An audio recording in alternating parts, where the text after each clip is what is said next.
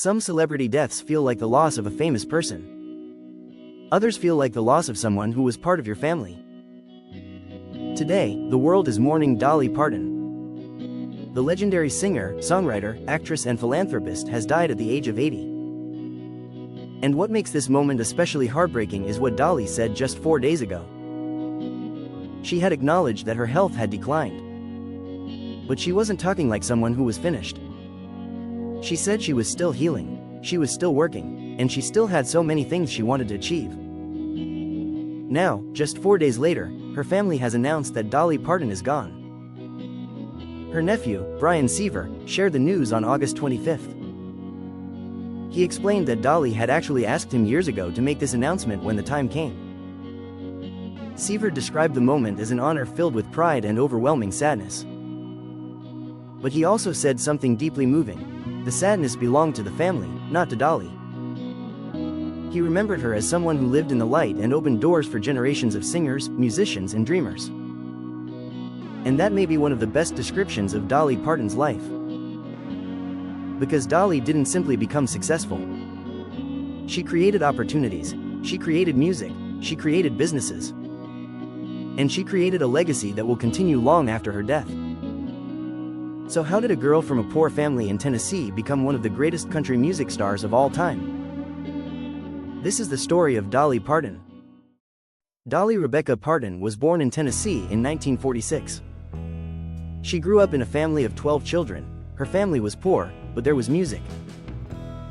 At just 6 years old, Dolly was already playing guitar and singing in church.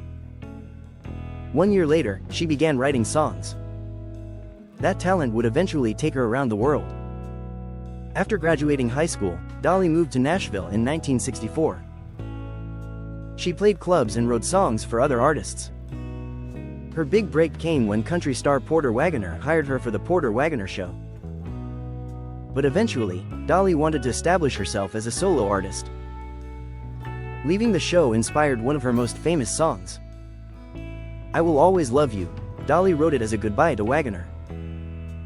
Years later, Whitney Houston recorded the song for The Bodyguard and turned it into a worldwide phenomenon. For Dolly, hearing Whitney's version helped her realize the power of her gift as a songwriter. Dolly's career continued to explode. Jolene, Coat of Many Colors, 9 to 5, and countless other songs became part of American music history. Then came Hollywood. In 1980, she starred in 9 to 5 alongside Jane Fonda and Lily Tomlin. The movie became a hit, and Dolly's theme song became her first #1 single on the Billboard Hot 100. She later appeared in films including Steel Magnolias, Rhinestone and Joyful Noise. Her achievements were extraordinary. She won 11 Grammy Awards, an Emmy, numerous country music awards, received 2 Oscar nominations and an honorary Oscar. She was inducted into the Country Music Hall of Fame in 1999 and the Rock and Roll Hall of Fame in 2022. But Dolly's impact went far beyond awards. Her personal life was just as important to her. Dolly married Carl Thomas Dean in 1966. Carl stayed mostly out of the spotlight while Dolly became one of the world's biggest stars. Their marriage lasted nearly 60 years. Carl died on March 3, 2025. Dolly later described theirs as a great old love story and said he would always remain in her heart and memories. She even released a song dedicated to him, If You Hadn't Been There. His death was followed by a difficult period for Dolly. She later revealed that she had been dealing with health issues she had neglected while caring for him. Her Las Vegas residency was postponed and eventually canceled because of her health challenges. But Dolly continued reassuring her fans that she wasn't quitting. She believed she simply needed to slow down. And then came August 21st. Just 4 days before her death. Dolly spoke openly about her health, but once again, she sounded like Dolly. She said she was still healing, still working, and still had dreams she wanted to accomplish. Those words now carry an entirely different meaning. Dolly was also a philanthropist.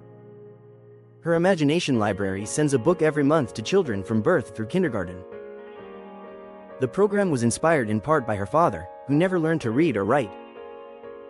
She also owned Dollywood in Tennessee and continued supporting causes that could help future generations. And perhaps that is why her death feels so personal to so many people. Dolly wasn't simply a celebrity. For generations of Americans, she was part of the soundtrack of their lives. Her songs played on the radio. Her movies appeared on television. Her voice became familiar to millions. And somehow, despite decades of fame, she remained relatable.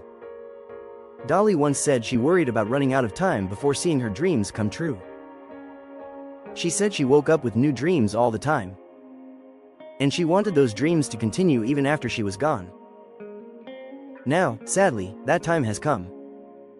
But look at what Dolly Parton accomplished. She came from humble beginnings. She became a country superstar, then a movie star, a songwriter, a businesswoman, a philanthropist, and ultimately, an American cultural icon. Her nephew said Dolly opened doors that changed history. Those doors will remain open. Her songs will remain. Her movies will remain. Her generosity will remain. And the people she inspired will carry her legacy forward. Dolly Parton is gone, but the music isn't, the memories aren't. And the light she brought into people's lives isn't. For millions of fans around the world, Dolly Parton will always be remembered. Rest in peace, Dolly.